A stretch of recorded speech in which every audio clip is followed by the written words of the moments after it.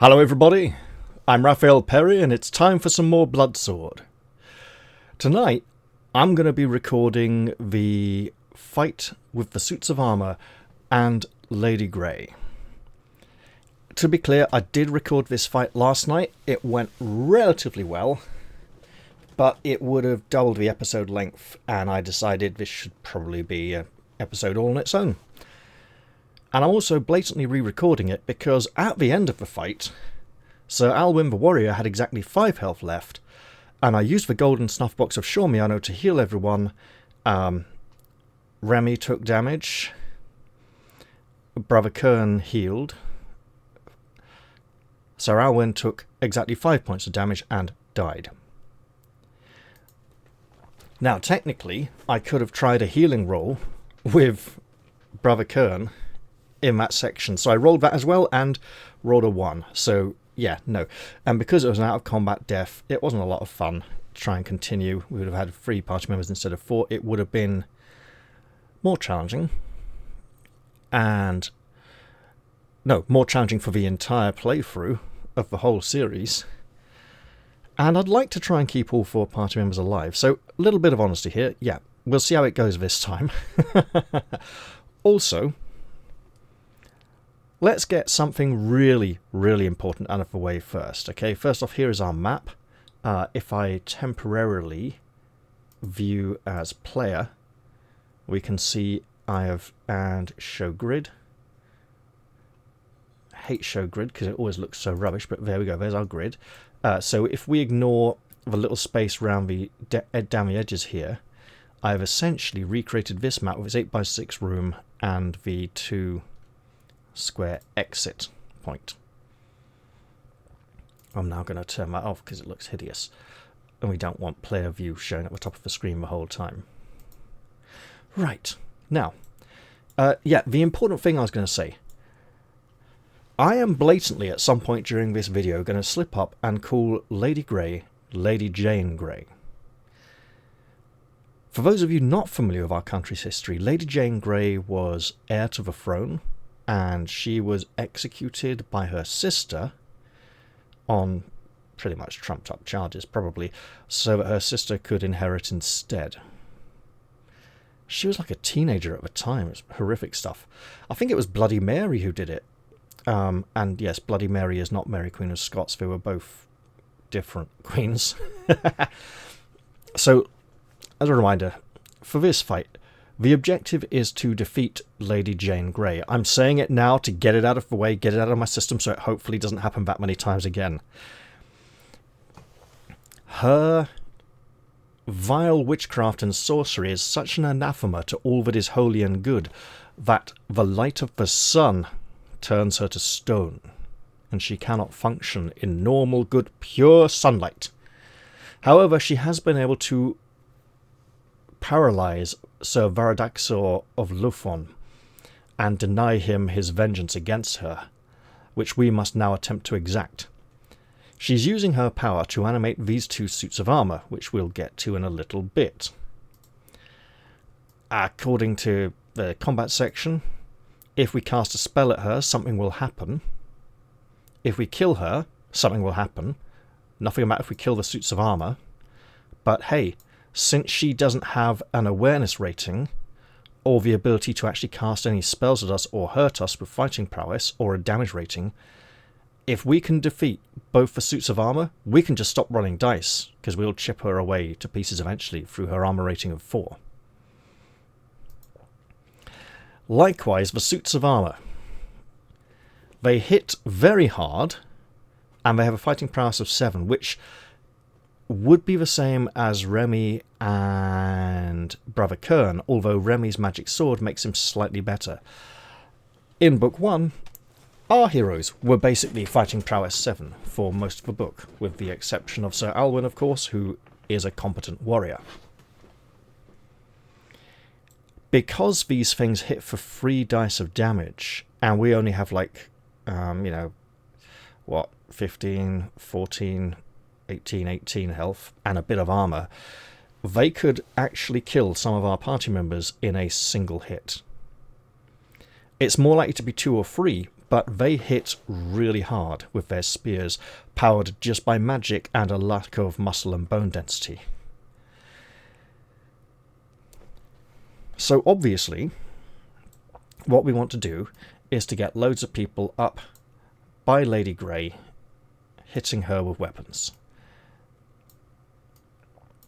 She has an armor rating of 4, and given that Remy and Brother Kern are only doing 2 to 7 damage, that means that half their blows will do no damage to her, statistically, in theory.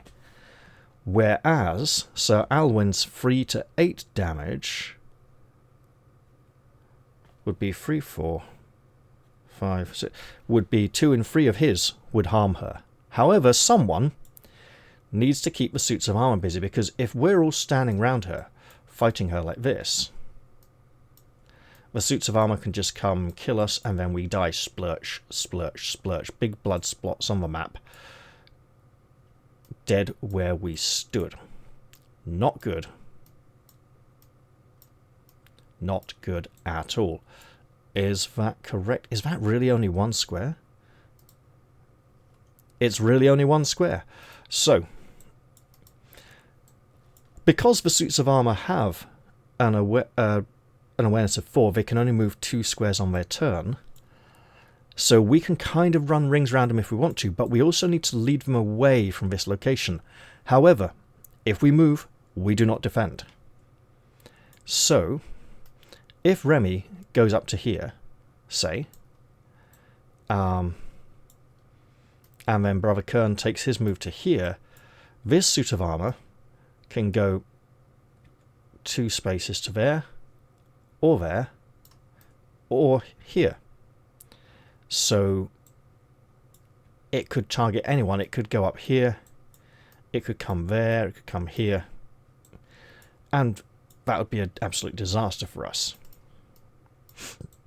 What we actually may need to do is have Remy move to here, Brother Kern stay here for a turn, and then move away on the next turn, and then Ariadne runs away and the armor comes after Sir Alwyn, who might even need to move further away still. But again, if we move, we do not attack. Sorry, if we move, we do not defend, which means we get hit by these things and it really hurts. So, if we want Sir Alwyn to come over here and try and finish her off if she's almost destroyed, that's a great risk. If we can destroy one of these suits of armor, and they have an armor rating of 5, we drastically reduce the damage the party is facing. And the best way to do that would be with Ariadne's sorcery. The armor has a psychic ability of 9. It's very resistant to psychic spells. So we'd be looking physical spells. White Fire isn't going to do enough. The Sword Thrust spell probably will do enough to significantly damage them. And to... yeah. It's all a matter of surviving until that point. There is one more thing. Also, you'll notice Ariadne has not prepared a spell. If I can get 2 or 3 people around Lady Grey, then the Eye of the Tiger is a very good spell that I should be considering casting. And you'll remember in the previous episode there was some discussion about, for simultaneous initiative, if the defend action starts at the start of your turn straight away or at the end of your turn, and the enemy on simultaneous initiative would just keep hitting you every time and you'd never benefit from it, because it would start at the end of your turn, and it would have to either last till the end of a turn or last till the beginning of your next turn. Because it lasts till the beginning of your next turn, it should start at the beginning of your next turn. Whereas spellcasting for Eye of the Tiger, because it lasts for 4 rounds and Ariadne's awareness is simultaneous with two of the other heroes, would they benefit from it on the same round? Or would it start at the end of her turn and go for the next 4 rounds? And I'm inclined to say the end of her turn, because the start of her turn is her declaring an attempt to cast the spell. Then she rolls the dice to cast the spell, then the spell comes into effect, then her turn ends. So I'm going to play it that it begins at the end of her turn. Although do let me know in the comments section how you feel about this. Also, feel free to slag me off for blatantly replaying because somebody died after like a 50-minute recording session. I was like, oh great, thanks a lot. You know. Because, hey, we want to try and keep the heroes alive till at least book 3, maybe, you know. Then we'll see how it goes from there. Yeah. Although it would be interesting to play on with one of the heroes dead. Because remember, to see how far I could get and how much I could learn from the experience going forward for a further attempt at the book. Because I did say I was keeping the ends of books as save points. Now, before this fight begins, there's one more thing I wish to do. As Lady Grey, not Jane, animates the suits of armour and they come clanking to life, lumbering across the floor towards us, Brother Kern calls out, "Alwyn!" And like the trained warrior that he is, Sir Alwyn holds up his hand to catch whatever is being passed to him, and the thing that ends up in his hand is Brother Kern's charm of shielding. The shielding charm. So, fixing that to the front of his attire, Sir Alwyn discovers that he now has an armour rating of 4, which will give him a better chance of surviving blows from the suits of armour. This is exactly what I did last time, and I hope it works out as well as it did that time too. Because those suits of armour hit really hard. Okay, so round 1. Remy's going to blatantly move. He could go to there, but I think he needs to go 2, 3, 4. 1, 2. No. He needs to go up to there.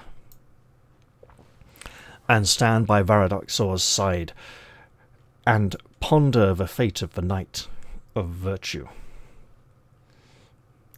Sir Alwyn and Brother Kern will both defend, and Ariadne will prepare the Sword Frost spell in the hope of doing some significant damage to one of these suits of armour.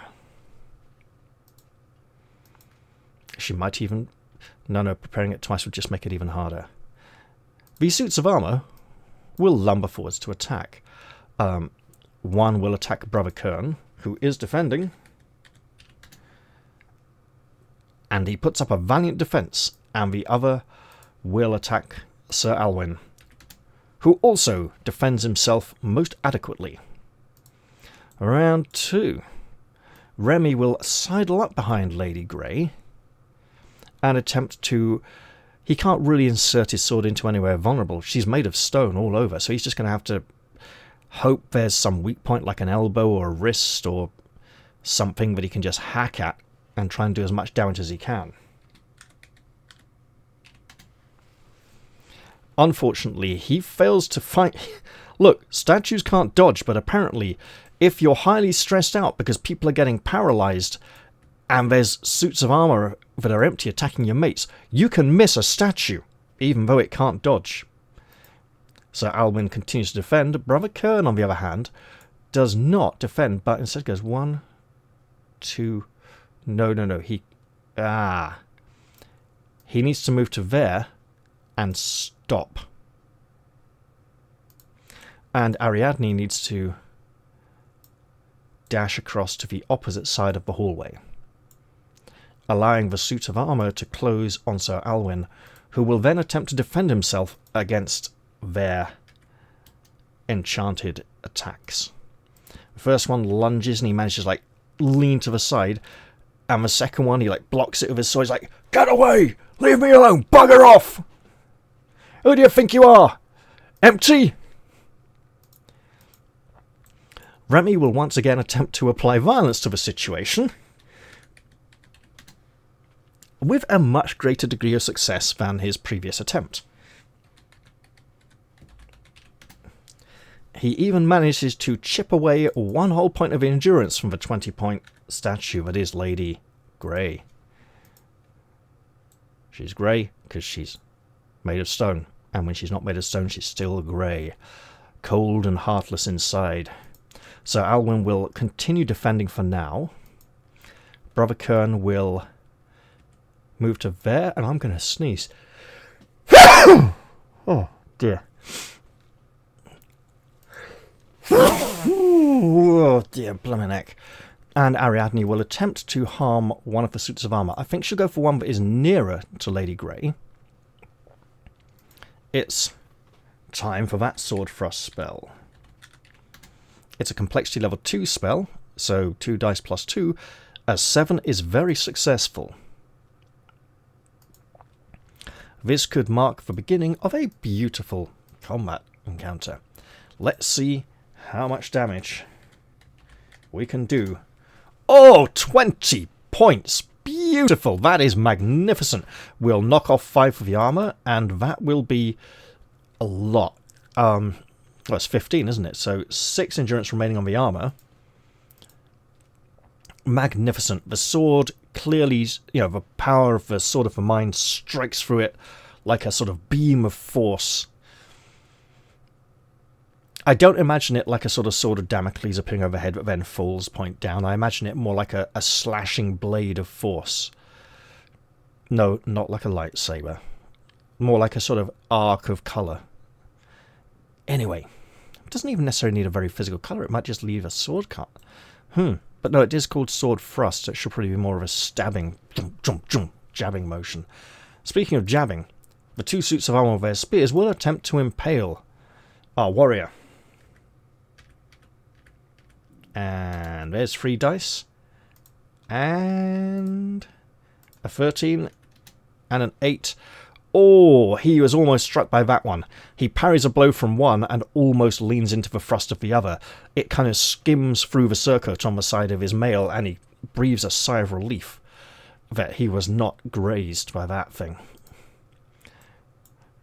Remy would love to insert his sword into her ladyship's spine, but there's not really much of a space to insert, so he'll just kind of swing at it instead, hewing away as he might. A very palpable hit.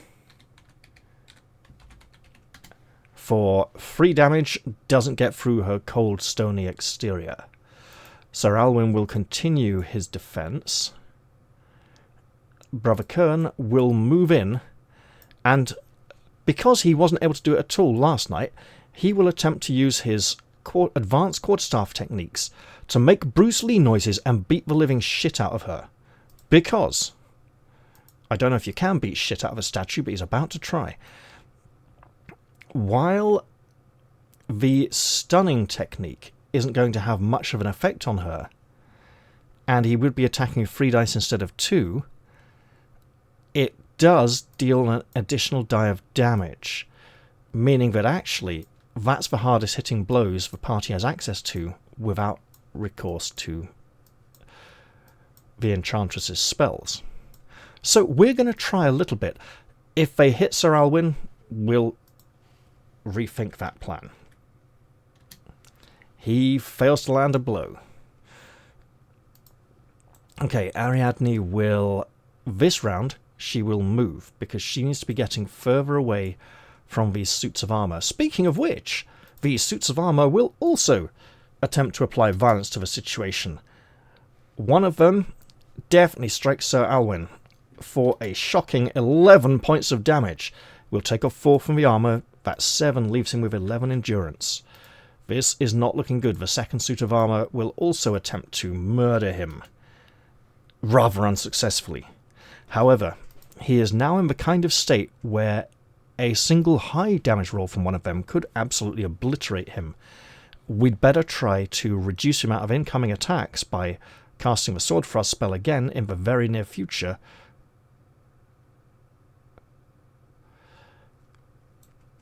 Or even just rushing over and bashing it with weapons. But no, that's not going to really... We could go for quarterstaff technique, but it's just as hard as it is to hit a stationary object. Speaking of stationary objects, it's time for Remy to reintroduce Lady Grey to his sword. And as it's a magical sword, it's probably not getting chipped too much on the stone either. Otherwise he'd be notching his blade and swearing under his breath, and he'll probably have to sharpen it again afterwards anyway. 1d6 plus 1. 7 points. Oh, that's good. 3 points this time. Takes her down to 16. Hooray!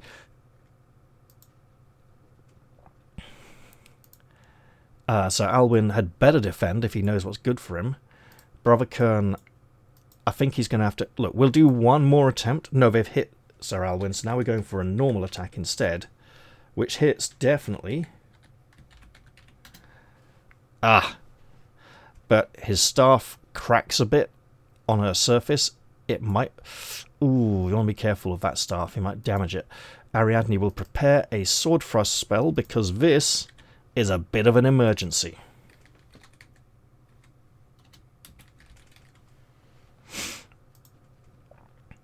And as the emergency dawns, it's spear time. Oh! So close. Second suit. Our warrior knows how to defend himself and is still alive. That's good. We do have the scroll of time blink in case things go really badly. However, of course, that can only be used during the fight and not after it if the golden snuff box of Shormayano kills us all. So, Remy will attempt to kill the lady in grey. She's made out of stone, she looks like stone, and she gets hit with a sword. A magic sword for 1 whole point of damage.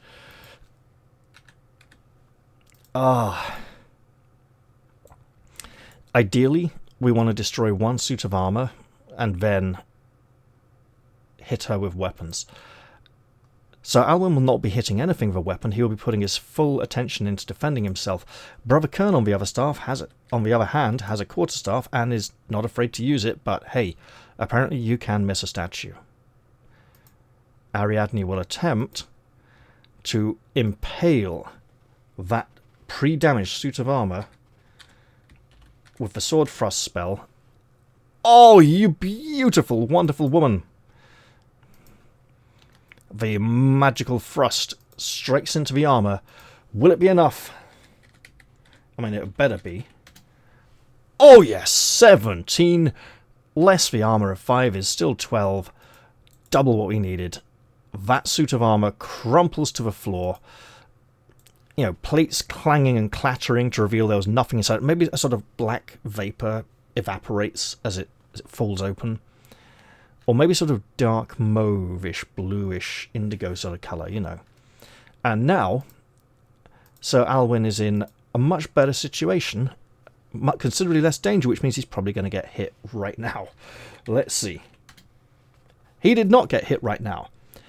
Which means... Now that there's only 1 suit of armour, we may risk moving Brother Kern to here and rushing up with Sir Alwyn to strike at Lady Grey once, if we can pull off the... Oh. 1, 2... Oh, it can't... The suit of armour can only move 2, so it wouldn't catch up immediately, meaning Ariadne could stand still and wouldn't need to be... Yeah, because it would randomise target. Right. Remy is not going to randomise his target. He is going to use the 1 target available to him and hit it with his sword. 5 points, 1 point of damage, chipping away here. At this point, we might almost focus entirely on this suit of armour and just try and get another 2 or 3 sword thrust spells in there. That'll be like 6 more rounds, though. Still might be the quickest solution. Not the healthiest. Sir Alwyn will defend, because if he gets hit by that thing, it's potentially 18 points of damage. It needs 15 to kill him. So it would need to roll like a 16 on its 3 dice to kill him outright. So the odds are he would survive. Speaking of surviving, Brother Kern will move around the stone lady in an attempt to open space for the warrior. And he will use his entirely non-magical quarterstaff to bap her 1. Oh, 3 whole points of damage. Excellent. Lady Jane Grey is now down to 55% health. And yes, that was a very conscious decision to say that this time. I was indulging. Ariadne will prepare the Eye of the Tiger.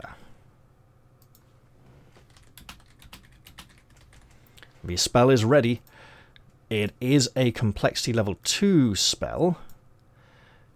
We will be using the variant that boosts the whole party instead of just herself. Although if we did go for herself, last for 4 rounds of combat, when you cast it, you can't benefit from that +2 to fighting prowess and damage rolls on the same round, so that's my other justification for saying it should start at the end of her turn. Right. We have a suit of armour who also intends... Well, nothing. It's a suit of armour, but it's going to attack. Oh, a 9. Excellent. Okay, Remy. Chip away. Chip away. Hits. Only by virtue of the enchantment of the sword. And 2 points of damage ain't getting through that armour rating of 4. So Alwyn will wait. He doesn't know that Ariadne's going to cast the Eye of the Tiger. But when he feels that exhilarating rush, he may just rush for the objective and hack at it with all his might. Possibly even twice. Brother Kern will likewise use his quarterstaff to bash the statue. He bashes the statue and deals no damage. Once again, Lady Jane Grey is on 11 endurance points. Ariadne will attempt to go. Jung jung jung jung jung jung jung jung jung jung jung jung jung jung jung jung jung jung jung, and so on until it works. Clearly the spell has some very repetitive verbal elements. And she chants successfully. Okay. And she has invoked the Eye of the Tiger for 4 rounds, and I'm putting it in there now. So that'll be rounds 9 to 12. The one combatant who does not benefit from the Eye of the Tiger is the suit of armour. Let's deal some attacking and damaging now. It did some attacking. It did some damaging. Oh dear God, it did some damaging. Okay, new plan. So that's 12 points of... Shit, really? Oh, for fuck's sake. Well, okay then. With a cry of pain, Sir Alwyn crumples to the floor and will be of no further use to us this battle. Damn it.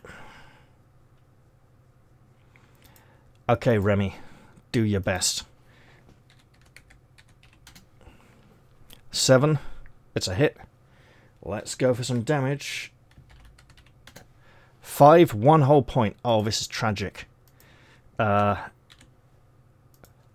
It's okay. We still have the scroll of Time Blink, and we're probably going to bloody use it at this rate. So what went wrong? Suits of armour hit him, basically. Look, when you defend, sometimes you get hit. Brother Kern will also attempt to... You know what? All or nothing. With the increased fighting prowess to 8, 3d6 is probably not going to do it. No! No. Doesn't matter which one of those 3 he wouldn't have rolled, they would have still been too high.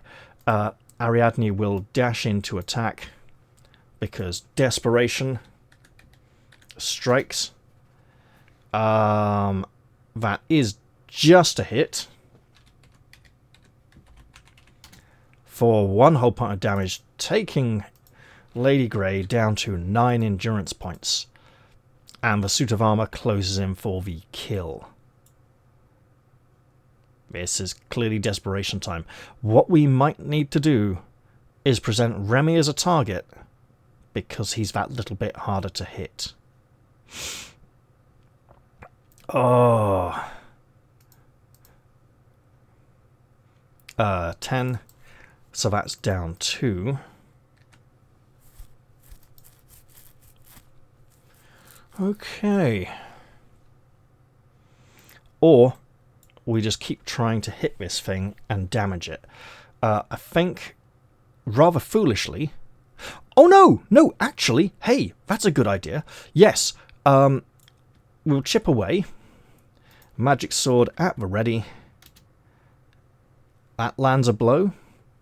And the damage is d6 plus 2. 3 point... Yeah. I mean, look, she's made out of stone, okay? It's not easy to do damage. Brother Kern will realise that the situation is dire. He knows he gave the magic scroll to Ariadne.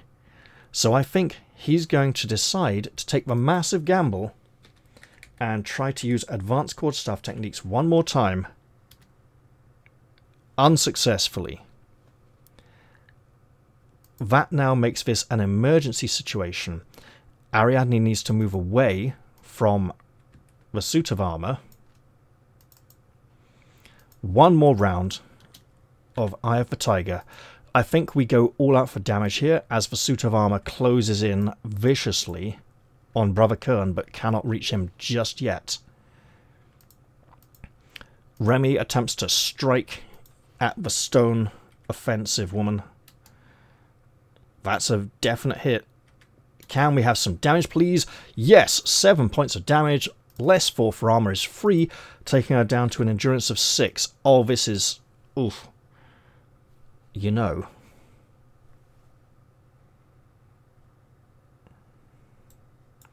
Does Brother Kern defend? 14, 16... He can risk one attack. The odds of him being killed are extremely slim. And I think... Look, the odds of rolling 8 or less on 3 dice is still pretty low, but we should try. Oh, you beauty. Okay, so we are looking at 2 dice plus 2 damage here. This could be it. 6 points is nowhere near enough. Oh, that is a bad, bad roll. But it's still 2 points on the stone lady.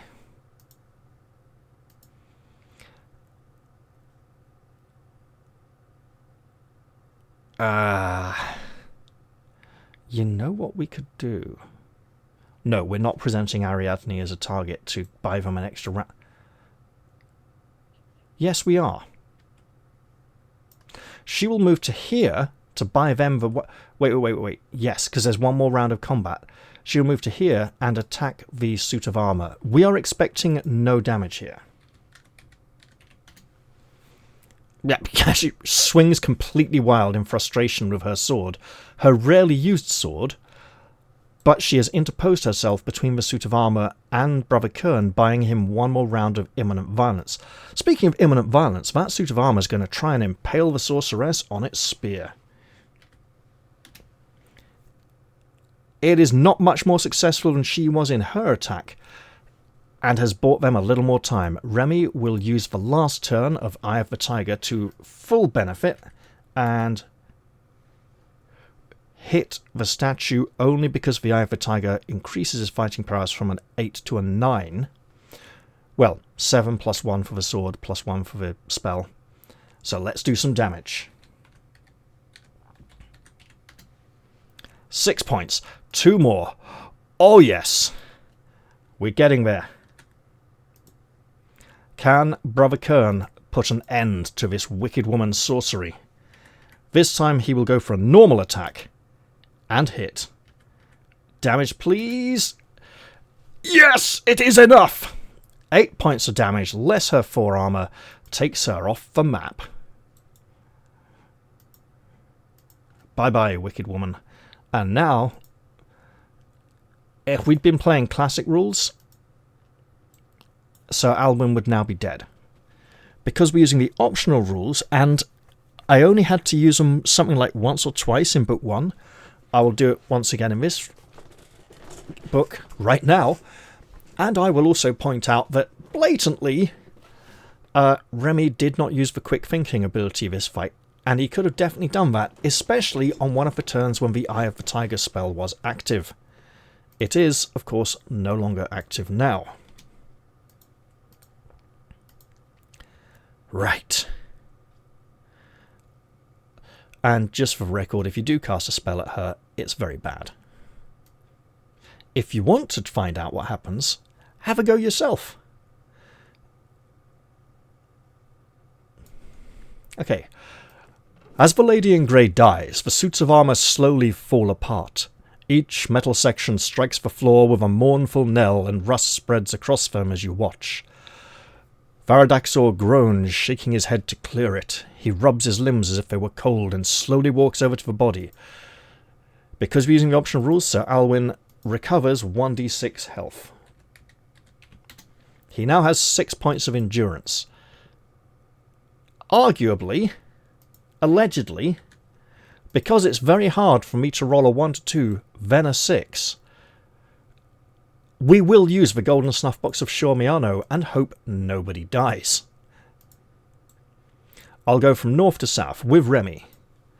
Remy heals 2 endurance points. Remember, it's a 1 to 2 takes damage, 3 to 6 heals damage.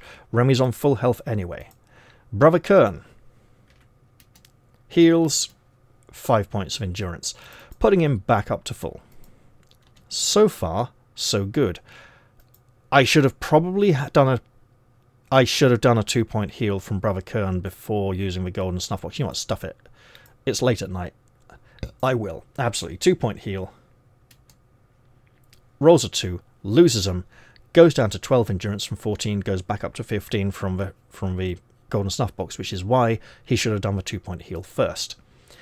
Ariadne will heal 3 points of endurance. She's already on full. And most importantly, Sir Alwyn will heal, and therefore not die, 1 whole point of endurance, putting him back up to 7. I think... oh god. I think it's time for the Sean Bean dies meme to start. Look, it didn't start with The Lord of the Rings. It started when he was a Bond villain, actually, with Pierce Brosnan in the late 90s. Although, ironically, up to that point, he didn't really do on-screen deaths. What was that TV series, that American sci-fi series, where the main character would swap bodies, like, would transform into different people every episode, or every few episodes, and like essentially have a guest star main character every episode? And Sean Bean was going to be the main character in one episode, and there was this massive "Don't Let Sean Bean Die in This TV Series" poll online, this huge petition.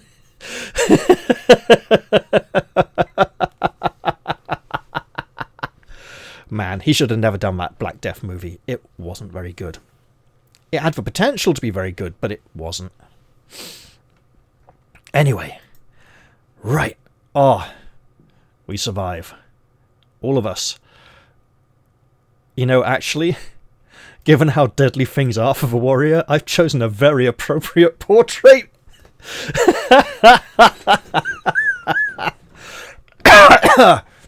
New section, new 2-point healing roll for Brother Kern. Come on. You know what?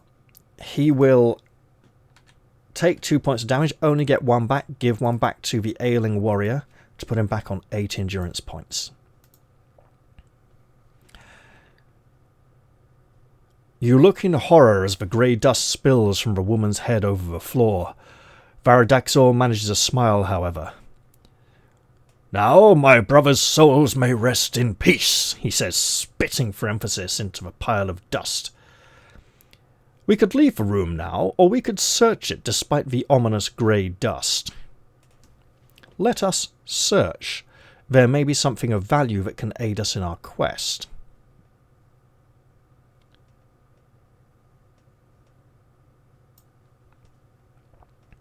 New section, new 2-point healing roll. Okay. Brother Kern sacrifices 2 points, gets back 8.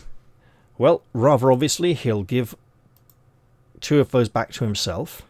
Third one back to himself, that is 5 points. There's only one person who needs them. Puts our warrior back on 13 endurance, and that's pretty good for now. I think we can do a few 1-point healing rolls for the next few sections. You contemptuously flick aside the covering of dust on your boots and stride over to the ivory throne. You think this would be a likely hiding place for any treasure. Looks like Remy quickly finds a catch on the base of it, and, pushing it back, he discovers that the whole throne lifts over to reveal a descending passageway. Lighting a torch, you see that the walls of the passage are painted with scenes depicting the worship of foul demons. You descend the steps, which wind downwards for a long way. Finally, you are confronted by 2 doors.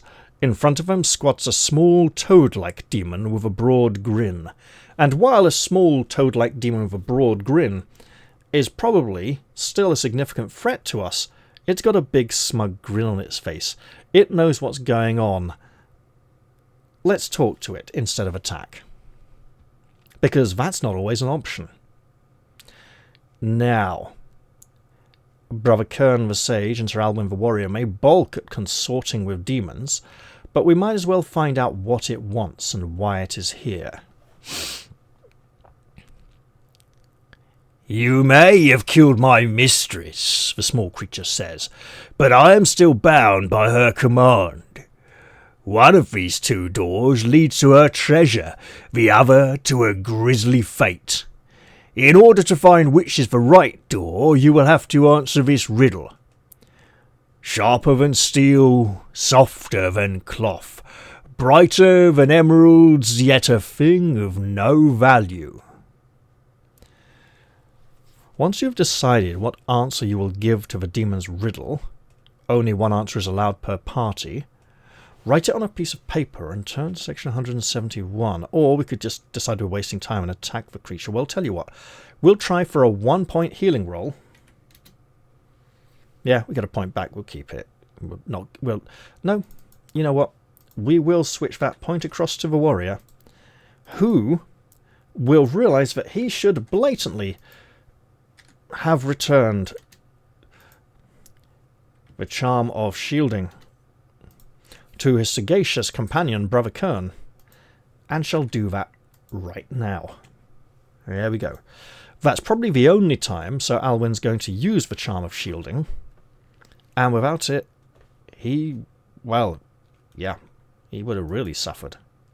So, sharper than steel, softer than cloth, brighter than emeralds, yet a thing of no value.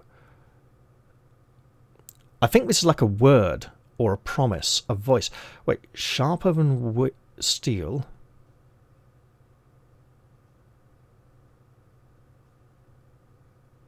Is it moonlight? I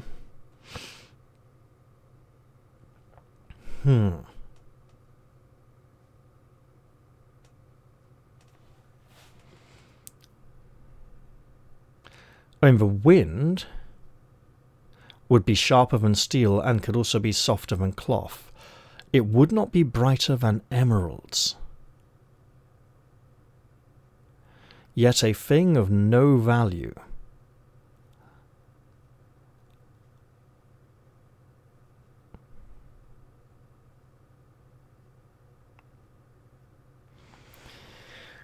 Rust can eat through metal. Damn it. I might have to give this some time. I could blatantly cut the recording here and come in next time and go, oh yes, I figured it out, but it's not very heroic, is it? And it's only like 2 in the morning. Does mean we've got a good episode length though, doesn't it? I started recording, what? 121. So 44 minutes. That is a good episode length, and it could be an interesting cliffhanger. And also a blatant excuse to cheat, though, so that would look really dodgy, especially given that I redid the fight already. So, maybe I should leave it all to you guys in the comments section to come up with a suggestion. And you know what? There are 4 heroes. They can confer. Let's remove that suit of armour. Let's get a party marching order back in something like this, probably. Sir Varadaxor is probably upstairs. He probably got offended by the images of devils and probably would have attacked this one. So, Sharper than steel, something that cuts, separates, cleaves apart, softer than cloth. What would be softer than cloth? Gossamer? Air? Brighter than emeralds? Wait, could you call sunlight or moonlight sharp? Yet a thing with no value.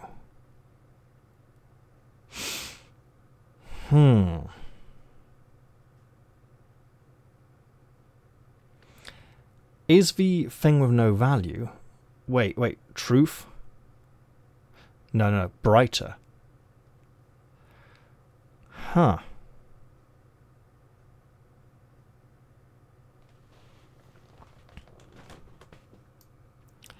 Let's presume it's one thing, right? This is... Now, going back to the original form of riddles... Not the Greek riddles. The Greek riddles are intended to deceive. The Anglo-Saxon and Viking riddles are not intended to deceive. They are intended to show off the wit and wordcraft of the riddler by describing something in such a way that without explicitly stating what it is, all who listen can tell what it is. And only did later writers and historians and literary analysts try to treat the Viking and Anglo-Saxon riddles as the cryptic things that the Greco-Roman riddles were. I suspect this falls into the more difficult to work out category because it's not explicitly... It's 2 in the morning and I've got stuff I should be doing tomorrow. Oh. Okay. It's sharp and soft.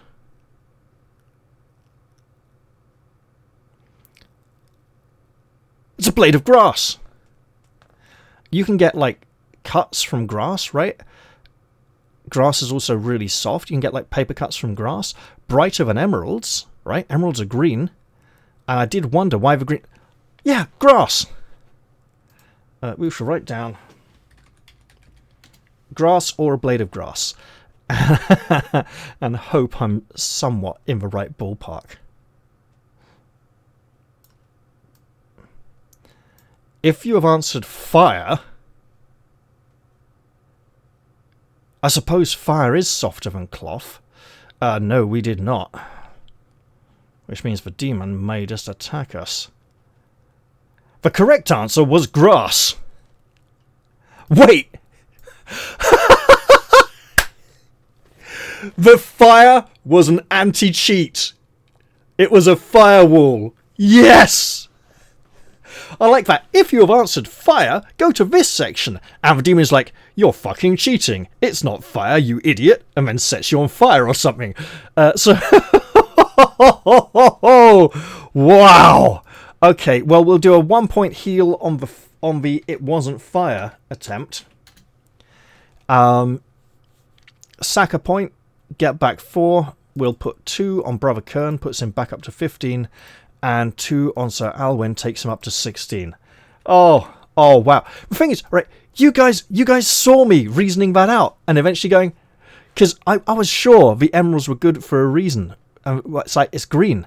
I was like, is it going to be green glass? No, green glass isn't soft, bottled glass. Right, we did give that answer. Wow. The second guessing with a double layer of success there is rare in a game book, and I appreciate it. Also, as it's a new section, we'll do another 1-point heal. Wow!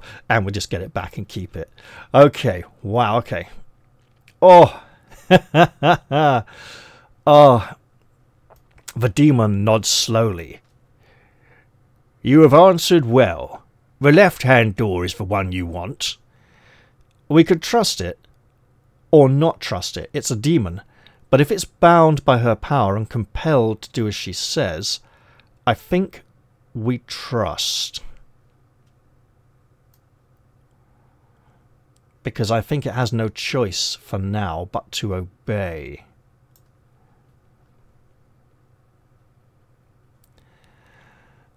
As you open the door, magical torches light up on the walls. The entire floor of this square room is covered by a black and white checker pattern. A bronze chest rests on a stone plinth in the middle. If there's an enchanter here who'd like to do something, yeah, a sage might want to do something. If you've got a warrior and trickster, they can try something, both together. What, so like the warrior picks up the trickster and hurls him at the chest. He's like, ready? Huh! Otherwise we can just walk over to it. We'll leave and try the other door, just leave. I think Ariadne will try something. This is the lair of a powerful enchantress. Surely magic and sorcery is the way to go here. Magic place does magic spell stuff. Use magic to find out magic, because she can use detect spells, right?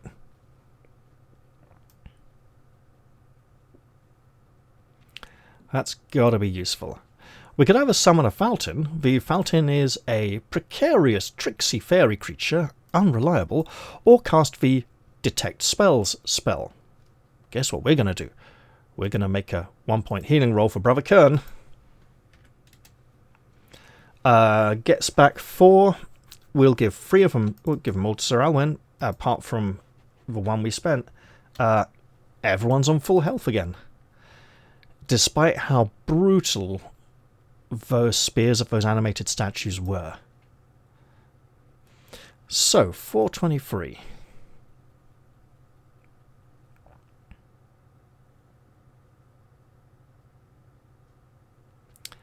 There we go.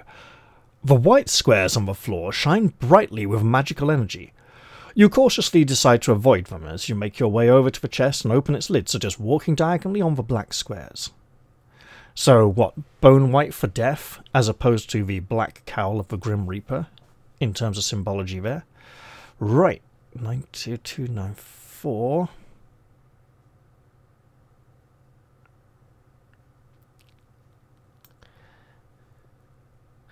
An unusual sight meets your eyes as you open the chest.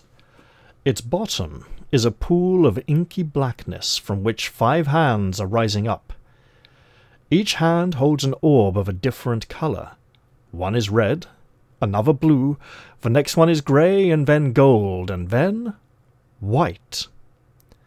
The underside of the lid, blank when you first open the chest, suddenly begins to squirm and change shape, the metal forming itself into the semblance of a large mouth, which suddenly opens and addresses you. "These 5 orbs," it says in a booming voice, "are each charged with magical energies. These energies will be released when a word of power is spoken over them. The word blood activates the red orb, the orb of carnage. Death activates the blue orb of mystery. Pestilence brings forth the power of the orb of plague. The golden orb of bestowing is activated by the word favour, and the white orb of fire will release its power when commanded by the word conflagration. You may take only one of these orbs, you may take only one of these orbs, so choose carefully." Right, let's think about this. The orb of carnage is going to do a lot of damage, right?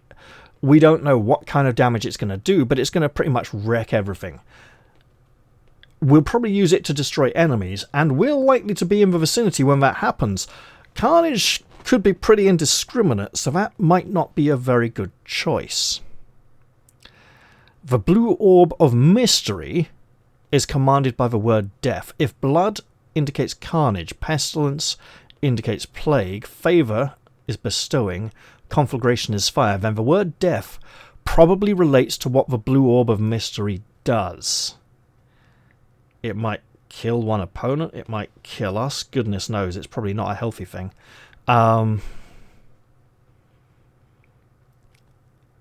Pestilence, orb of plague. I mean, would we come across an opponent that we would want to use the orb of plague to defeat? It's more likely to just infect us with a load of diseases. Favour could be something nice for us. but we might not get to choose what it is, and we might not particularly need it. Conflagration for the Orb of Fire, like cast a fireball or something. I mean, I'd say that the Orb of Fire is the most obvious in terms of what it's likely to do. It's going to set something on fire. And in terms of being obvious, it will be pretty obvious how we could use it. So I will go with the White Orb of Fire. I think our Enchantress should have that.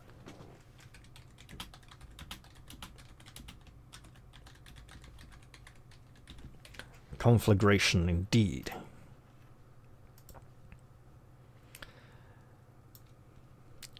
$2.97. As soon as you make your choice, the other hands slide back into the inky blackness at the bottom of the chest and disappear from view. The fifth hand remains only until you have reached out and taken the orb from it. Then it too slides away. The mouth on the underside of the lid now vanishes, and with a sudden blast of wind, the chest slams shut. You make your way back to the door. You may choose to use your orb at any time in the adventure. In addition, certain entries later on in the book may include the option of your using it. If you wish to use it at any given time, turn to the entry where you are at the relevant entry number for your orb. Turn from the entry where you are to the relevant entry number of the orb given below. Remember to make a note of the number of the entry that you were reading at the first time, though. The Orb of Fire is 310. I think whichever orb I chose, I would be highly unlikely to turn to any of these sections and would keep it for a moment in the text when it could be used. Once you've made a note of the number of your orb on your character sheet, in a multiplayer party decide who is carrying the orb, you decide to leave the chamber. Otherwise, you may open the other door, we were told it was pretty much certain death, or leave the tower altogether, which I think we should do.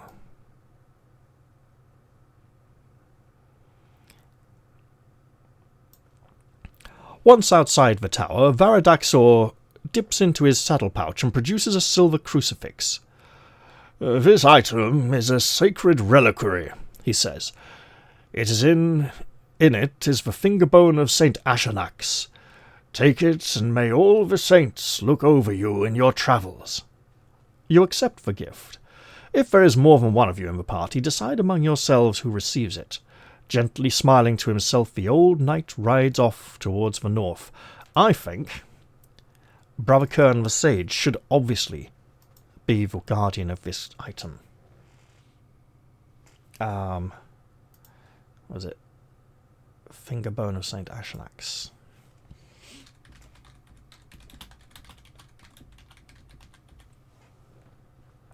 It is thematic, it is fit that he carries such an item. And as there is a sage in the party, we should definitely see what he wants to tell us about it. I imagine he knows of this saint.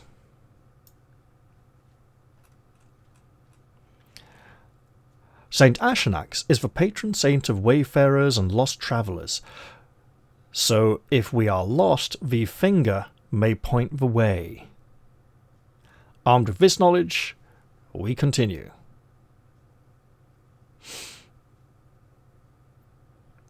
Definitely not an item we wish to part with any time soon. You watch Varadaxor ride off and then turn to the east. Always to the east. A little bit further to the east, apparently. We weren't quite enough pages back. There we go. You head east. It is about noon when you come to the coastal town of Port Kwonongu. A bored-looking guard waves you past him through the narrow gate into the crowded streets. The air is laced with the smells of tar and fish and salt spray. As you stand in the midst of the jostling passers-by, momentarily stunned by the clamour of town life after the quiet countryside through which you have been travelling, a scar-faced sailor comes up to you. "Be you looking to sign on a whaler?" he asks. "Look no further if so, for the questing beast has need of sturdy young limbs." He scrutinises you with his one good eye. What answer will you give? By all means, lead the way to your ship. Or, and is this questing beast bound for Wyrd? Aye, let's ask that.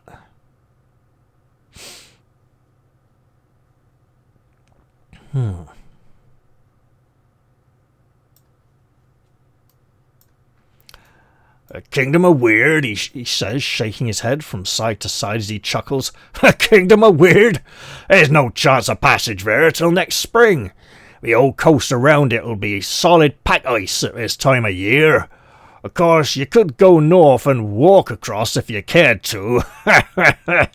He spits into the gutter and wanders off into the crowd. You're standing near a tavern called the Ulrich's Bones Inn. We could go in or walk east down Harbour Lane. Let's go into the tavern. We could have literally asked him where it was, and he would just pointed across the road and go, You lot blind? I thought I was the one with only one eye. At least we weren't insulted by a one-eyed seaman.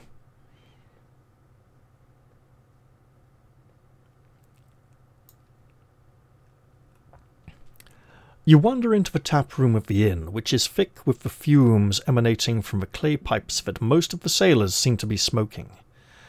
At the far side of the room you see a group of priests dressed in fine cloaks sitting talking intently to an old man in a black brocade coat. At the bar a large party of traders and furriers are bartering quietly. We could go and talk to... bartering noisily, rather. We could go and talk to the priests. We can go and talk to the traders and see if there's anything worth buying from them. We could find the landlord and inquire about renting a room at the inn. I think a good night's sleep is something I should definitely be interested in right now. And the heroes should probably be interested too, but I reckon there's opportunities here to go talk to the priests and the traders. However, I think I will do that in the very next episode, because it's 2:23 in the morning and I do have a few things to be doing early tomorrow. Right, I'm going to leave this one here. We'll remove Sir Varadaxor of Lufon because he is ridden out of this tale, probably off to his deathbed, where some many months or years hence he will die satisfied knowing that his brothers have been avenged. I'll get these guys back on the main map for next time, but if it's all going to be pack ice and ships and water, I might need to make a new map. Alright. See you guys in the next episode. I hope you've all enjoyed this one, and I will look forward to seeing you all in the very next episode. I'll say goodbye for now though, and cheerio everyone. See you all soon.